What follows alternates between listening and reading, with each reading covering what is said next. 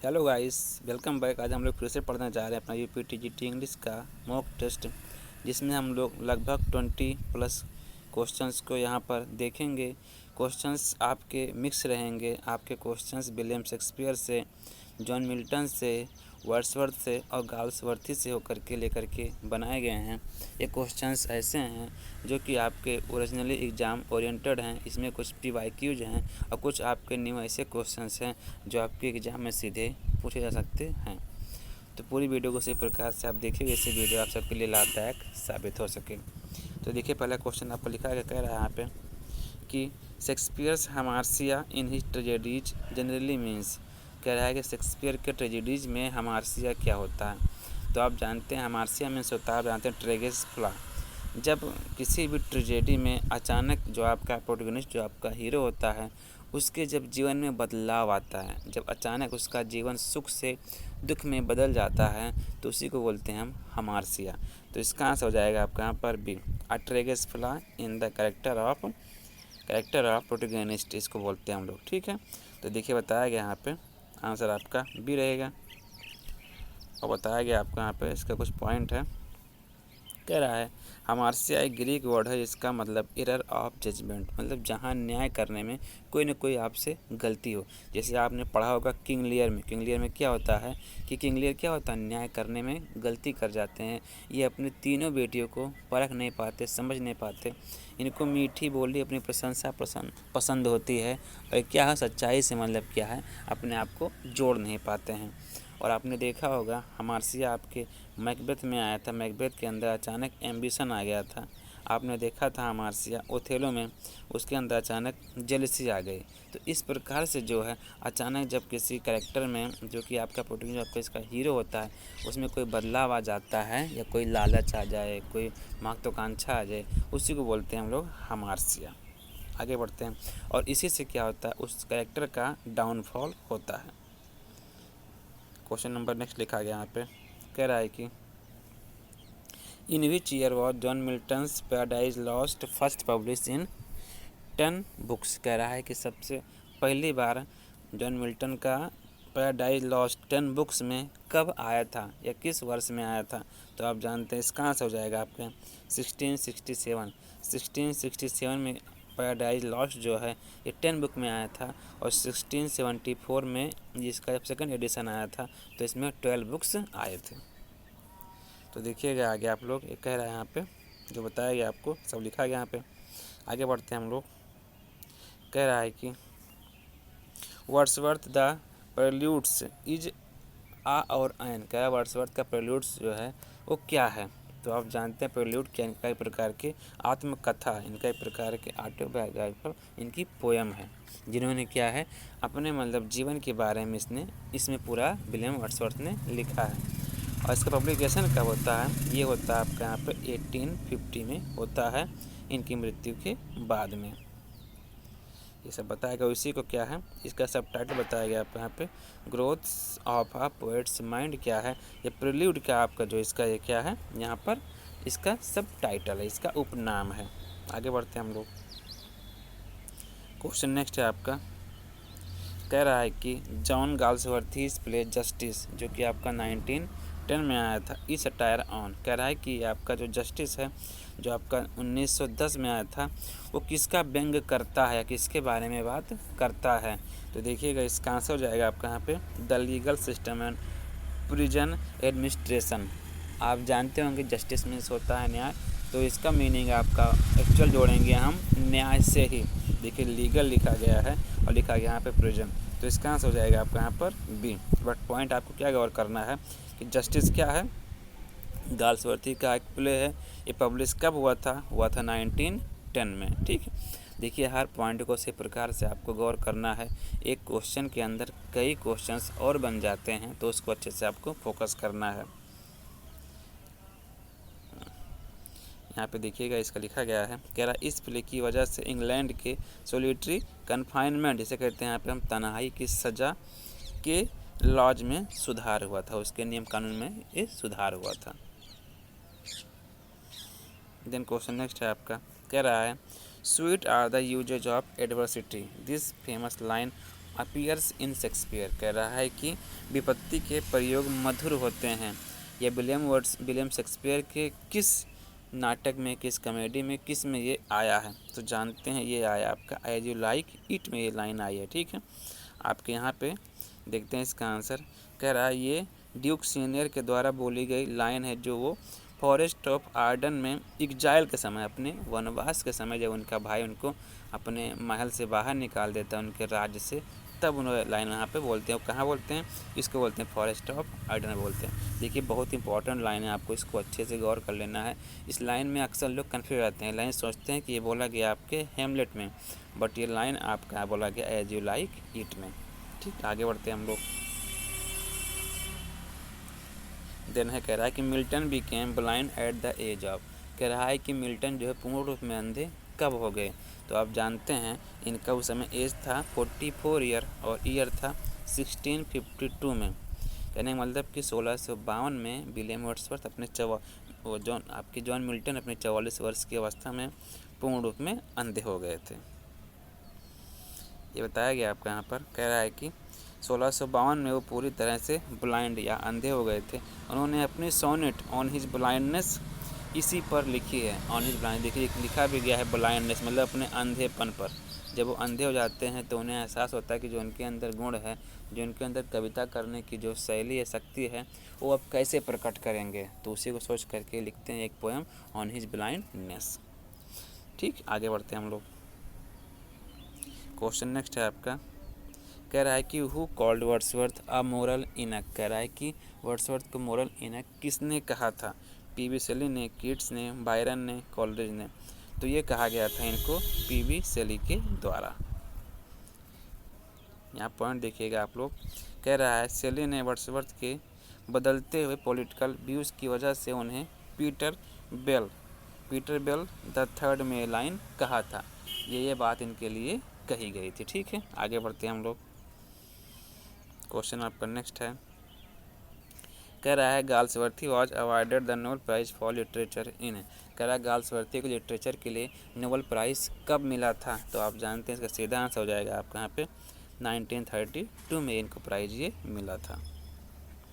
यहाँ बताया गया आपको। कह रहा है कि उन्हें मुख्य रूप से उनके इपिक कौन सा था आपका? द फॉरसाइट सागा के लिए पुरस्कार सम्मान उनको ये मिला था। याद रखिएगा कि किसके लिए मिला था? मिला था फॉरसाइट सागा के लिए। ठीक है, क्वेश्चन नेक्स्ट है आपका। कह रहा है the sound cataract haunted me like a passion, ये लाइन कहाँ पे आती है? दिस लाइन अपीयर्स फ्रॉम, कह रहा है गरजता हुआ झरना मुझे एक सुकून की तरह सताता था। ये लाइन जो है ये कहाँ आई है? टिंटन एबे में है, odd on intimation of immorality में है, या सोलिटरी रिपर में है, या डैफोडिल्स में है? तो आप जानते होंगे ये लाइन आपकी आई थी टिंटन एबे में। देखिए लाइंस को, कोट्स को आपको स्पेशली बहुत अच्छे से फोकस करना है, क्योंकि एग्जाम में ये सब चीज़ें बहुत ज़्यादा आपकी पूछी जाती हैं।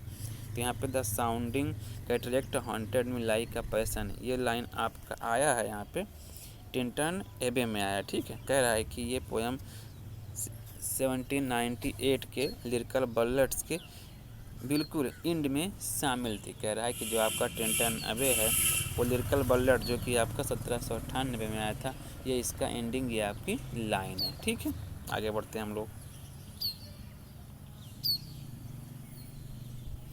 नेक्स्ट है आपका। देखिए लिरिकल बल्लेट के बारे में आप जानते होंगे अच्छे से। इसमें 23 पोएम थी, जिनमें से 19 पोएम आपके वर्ड्सवर्थ की, और इसमें 4 पोएम जो थी एस.टी. कॉलरिज की थी। ठीक है, बताया गया यहाँ पे क्या शेक्सपियर्स द टेम्पेस्ट इज आ गया। शेक्सपियर का टेम्पेस्ट क्या है?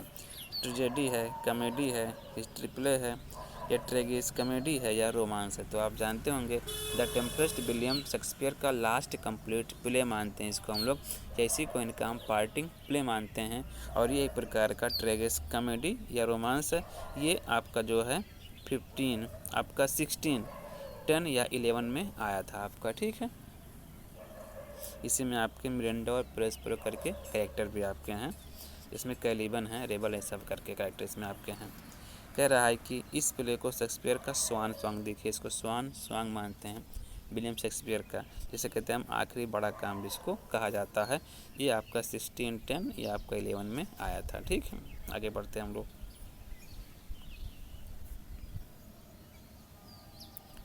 क्वेश्चन नंबर आपका 11 आ गया यहाँ पर। कह रहा है कि who describe Shakespeare as the largest and most comprehensive soul. कह रहा है शेक्सपियर को सबसे विशाल और व्यापक आत्मा के रूप में किसने वर्णित किया या किसने बताया। तो जानते हैं ये बड़ी बात कहने वाले सिर्फ कौन थे, आपके जॉन ड्राइडन थे। देखिए ये ड्राइडन, इसके अंदर क्या आया, डेयर आ गया, डेयर में साहस आ गया। इन्होंने ये बहुत बड़ी बात जो विलियम शेक्सपियर के बारे में कह दी कि क्या है वो, शेक्सपियर सबसे विशाल और व्यापक यहाँ पर आत्मा है पूरी दुनिया में। ये देखिए कहा गया, आपका पॉइंट है। कह रहा ड्राइडन ने अपने एस्से N essay of dramatic poesy में शेक्सपियर की तारीफ में ये लाइन कहा था। देन आपका क्वेश्चन नेक्स्ट है, कह रहा है कि मिल्टन्स लिसिडेस इज आ और एन। कह रहा है मिल्टन का लिसिडेस जो है वो क्या है, इपिक है, पेस्टोरल एलेजी है, ओड है, सोनेट है। तो आप लोग जानते होंगे यहाँ पे इनका लिसिडेस जो है आपका एक प्रकार का पेस्टोरल एलेजी है, और एक क्या है आपका यहाँ पे इनका 1637 में ये आया था। और ये कब आया था, इनके एक मित्र थे, इनका नाम था एडवर्ड। आप जानते होंगे, देख लिखा गया आपका यहाँ पे एडवर्ड किंग। जब इनका एक समुंदर में डूबने से मौत हो जाती है तो उसी के शोक में, उसी के दुख में ये आपके जॉन मिल्टन इसको लिखते हैं। किसको लिखते हैं, लिसिडस को लिखते हैं। ठीक है, प्रकार का क्या है आपका एलेजी। एलेजी जानते हैं क्या होता है, शोक गीत। जब किसी के मृत्यु पे हम लोग कोई शोक गीत या विलाप करते हैं तो उसी को बोलते हैं यहाँ पर हम एलेजी। आगे बढ़ते हैं हम लोग। क्वेश्चन नेक्स्ट है आपका, कह रहा है in the solitary reaper the girl belongs to. क्या सोलिटरी रीपर में जो लड़की गाना गा रही थी, जिसको गाते हुए वर्ड्सवर्थ ने देखा था, वो संबंधित कहाँ से थी, आयरलैंड से, स्कॉटलैंड से, इंग्लैंड से या फ्रांस से। तो याद रखिएगा इसका आंसर हो जाएगा आपका यहाँ पे स्कॉटलैंड। देखिए ट्रिक देखिएगा, यहाँ पर भी ओ है और यहाँ पर भी ओ है। ठीक है, यहाँ पे कह रहा है कि वर्ड्सवर्थ ने उसे हाईलैंड लेस कहा था। क्या कहा था, हाईलैंड, उसको लेस भी कहा गया था। वो एक अनजान भाषा, जैसे गैलिक में गाना गा रही थी वैसी, लेकिन उसके गाना गाने की शैली या उसके इंजॉयमेंट को देख के वर्ड्सवर्थ बहुत खुश होते हैं और लिखते हैं उसी के लिए यहाँ पे सोलिटरी रीपर। क्वेश्चन नेक्स्ट है आपका, कह रहा है कि the theme of Galsworthy's play Strife is. कह रहा है गाल्सवर्थी के प्ले स्ट्राइप का थीम क्या है, रिलीजन है, लेबर एंड कैपिटल कॉन्फ्लिक्ट है, वॉर है या लव ट्रायंगल है। तो जानते हैं, देखिए स्ट्राइप में से होता है संघर्ष, और संघर्ष किसके लिए आएगा, लेबर और यहाँ पर क्या है, मालिक के बीच का ये संघर्ष एक प्रकार का। ठीक है, इसी में स्ट्राइक में से होता है हड़ताल का सीन दिखाया गया है। ये कह रहा है कि इसमें स्ट्राइक हड़ताल दिखाई गई है जो यहाँ पे कहा त्रिनार्थ टिन प्लेट वर्क्स में होती है। कह रहा है डेविड रॉबर्ट्स और जॉन एंथोनी इसके मुख्य विरोधी हैं। याद रखिएगा, आप लोग कैरेक्टर से भी क्वेश्चन आता है कि आपके यहाँ पे डेविड रॉबर्ट्स और जॉन एंथोनी किस में हैं, तो ये सब स्ट्राइक में हैं। ठीक है, याद रखिएगा आप लोग। आगे बढ़ते हैं हम लोग। क्वेश्चन आपको नेक्स्ट है, कह रहा है यहाँ पे Shakespeare sonnets are address to. क्या शेक्सपियर का सोनेट किसको एड्रेस किया गया है, तो आप जानते हैं एड्रेस किया गया यहाँ पे डार्क लेडी और मिस्टर WH को। आगे देखिएगा इसमें आंसर सही प्रकार से। कह रहा है कि शेक्सपियर का 154 सोनेट कंप्लीट था, जिसने 126 सोनेट जो है इन्होंने किसको एड्रेस किया है, मिस्टर W, जिसे हम लोग फेयर यूथ कहते हैं। और जो आपका सोनेट था इसमें जो है आप उसको कर दिया गया है, किसको, डार्क लेडी को किया गया है। और जो लास्ट का 153 और 154 था, ये एड्रेस किया गया है क्यूपिड को। ठीक है, क्यूपिड को, इसको हम लोग प्रेम का देवता मानते हैं। आगे बढ़ते हैं हम लोग। और इसका पब्लिकेशन कब हुआ था, सोनेट का हुआ था 1609 में हुआ था। ठीक है, आगे बढ़ते हैं हम लोग।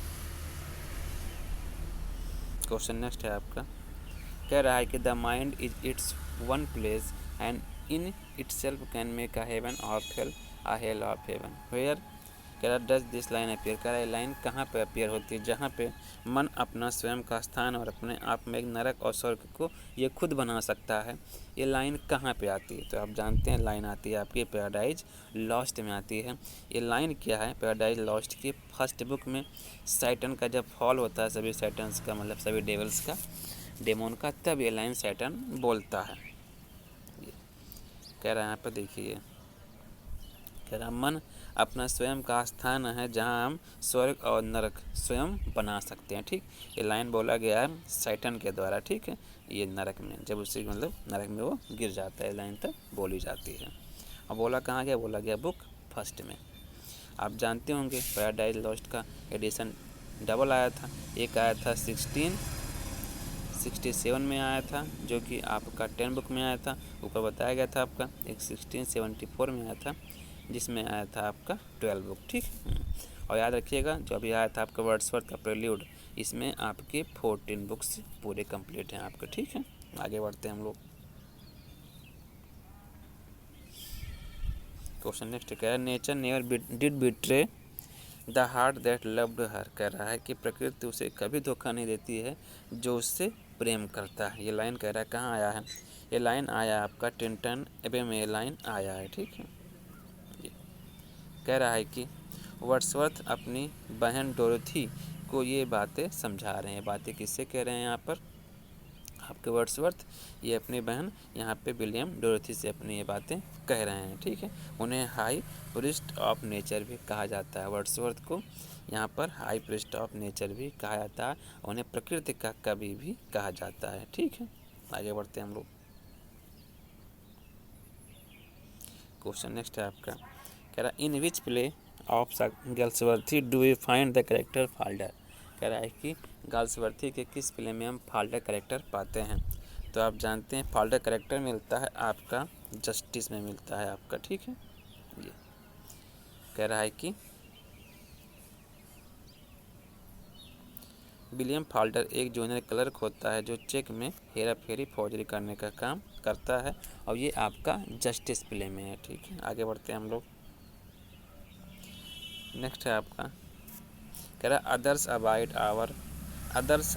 आवर क्वेश्चन दो art free this was set about Galsworthy by. कह रहा है कि अन्य लोग हमारे प्रश्न के अधीन हैं, तुम मुक्त हो। कह रहा है कि हम सभी पे तो यहाँ पे टीका टिप्पणी कर सकते हैं, पर तुम पर नहीं कर सकते हैं। ये लाइन शेक्सपियर के बारे में किसने कहा है, तो आप जानते हैं लाइन कहा गया मैथ्यू आर्नोल्ड के द्वारा कहा गया। ठीक है, अच्छे से चीज़ों को देखो, याद रखिएगा कैरेक्टर कौन से क्या हैं, कौन लाइन कौन बोला गया, कौन कोट्स कौन बोला गया, कौन सा कोट्स किस में है, कौन सा मतलब बात किसने कहा है। तो ये सब लाइन बहुत ज़्यादा आपके एग्जाम में पूछता है।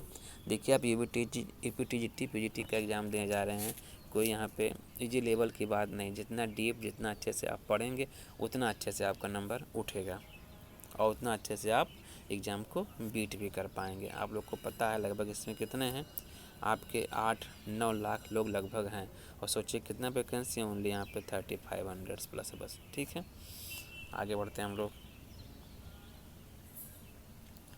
इसका आंसर सही पकड़ देखिए, कह रहा है कि यहाँ पर एलोन ने अपनी सोनेट शेक्सपियर जो कि इनका आया था 1849 में, उन्हें श्रद्धांजलि देते हुए ये लाइन कहा था। कह रहा Milton's Samson Agonistes is written on the model of. कह रहा है कि मिल्टन की सैमसन एगोनिस्ट किसके मॉडल शैली पर लिखी गई है, तो जानते हैं इसका शैली क्या था, ग्रीक ट्रेजेडी था। ठीक है, मिल्टन ने ग्रीक और लैटिन चीज़ों में कंटेंट्स को काफ़ी अच्छे तरीके से लिखा है, इनकी क्या है बेस्ट शैली थी। कह रहा है यहाँ पे ये आपका, कह रहा है कि ये एक क्लोसेड ड्रामा है। क्लोसेड ड्रामा वो होता है जिसको केवल पढ़ा जाता है, उसको स्टेज पर प्ले नहीं किया जाता। याद रखिएगा इसको अच्छे से आपको। ठीक है, तो इस प्रकार से आपने 20 क्वेश्चंस अपने पूरे कर लिए हैं, और इसके बाद में आपको 20 का क्वेश्चंस आपको आगे मिलते रहेंगे, ग्रामर मिलता रहेगा, हर प्रकार से वोकैबुलरी मिलता रहेगा। इतना ध्यान रखिए कि आपके एग्ज़ाम को देखते हुए आपको कंटेंट जो एकदम बेस्ट एग्ज़ाम ओरिएंटेड ही मिलेगा। तो अगर आपको वीडियो ज़्यादा से भी अच्छी लगती है तो आपसे रिक्वेस्ट है कि हमारे चैनल को सब्सक्राइब आप ज़रूर करिए, जिससे आगे से वीडियो आपको मिलती रहे। अगर वीडियो आपको अच्छी लगती है तो वीडियो को लाइक करिएगा, कोई कमी हो तो इसको थोड़ा से आप लोग कमेंट करिएगा, और अगर यूजफुल लगती है तो इसके अपने दोस्तों में शेयर भी करिएगा। तो दोस्तों आज के लिए इतना ही, थैंक्स फॉर वॉचिंग में। हम लोग अब फिर आगे मिलेंगे कुछ नए वीडियोज़ के साथ में, कुछ नए एग्जाम ओरिएंटेड कंटेंट के साथ में। ओके दोस्तों, थैंक्स फॉर वॉचिंग में।